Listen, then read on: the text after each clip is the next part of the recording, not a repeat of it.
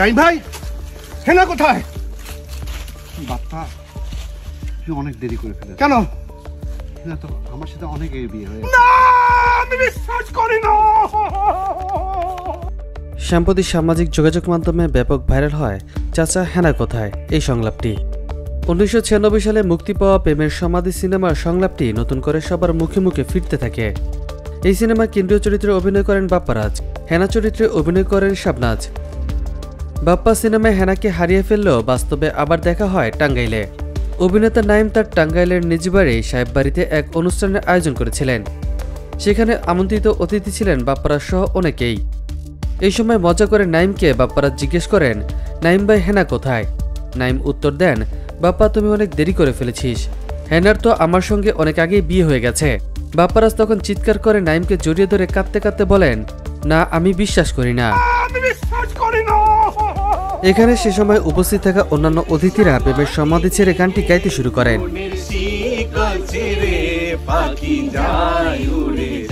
ঠিক তখনই সেখানে উপস্থিত হন হেনা অর্থাৎ শাবনাজ। এভাবে মজা করতে করতে তারা নাইম শাবনাজের বাড়িতে সময় কাটান, যে ভিডিওটি বর্তমানে সোশ্যাল হ্যান্ডেলে ভাইরাল। 1996 সালে মুক্তি পায় সুপারহিট সিনেমা প্রেমের সমাধি। এখানে অভিনয় করেন বাপ্পারাজ ও শাবনাজ। এই সিনেমায় আরও অভিনয় করেছিলেন অমিত হাসান। সিনেমাটির নির্মাতা ইফতেখার জাহান। কাহিনী, সংলাপ ও চিত্রনাট্য করেছেন দেলোয়ার জাহান ঝন্টু। সম্প্রতি ভাইরাল হওয়া প্রেমের সমাধি ছবিটির সেই ক্লিপে দেখা যায় সিনেমায় এক পর্যায়ে নায়ক বকুল দীর্ঘদিন পর বাড়ি ফিরে তার প্রেমিকা হেনার বাড়ি সাজানো দেখতে পায়। চাচা, চাচা, বাড়িঘর এত সাজানো কেন? আর হেনা কোথায়? তিনি হেনার বাবাকে জিজ্ঞেস করেন, চাচা বাড়িঘর এত সাজানো কেন, আর হেনা কোথায়? চাচা কথা বলছেন না যে। হেনাকে তুমি ভুলে যাও, হেনার বিয়ে হয়ে গেছে। চুপ করে আছেন কেন? জবাবে চাচা বলেন, হেনাকে তুমি ভুলে যাও, হেনার বিয়ে হয়ে গেছে। আমি বিশ্বাস করি না, আমি বিশ্বাস করি না। বকুল তখন আবেগপ্লুত হয়ে বলতে থাকেন, না না, হেনার বিয়ে হতে পারে না, আমি বিশ্বাস করি না, আমি বিশ্বাস করি না।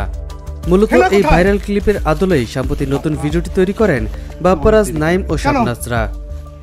আমার সাথে অনেক বিয়ে হয়ে। না, আমি বিশ্বাস করি না। সমাধি ভেঙে মনের শিকল ছিঁড়ে পাখি যায় উড়ে যায়।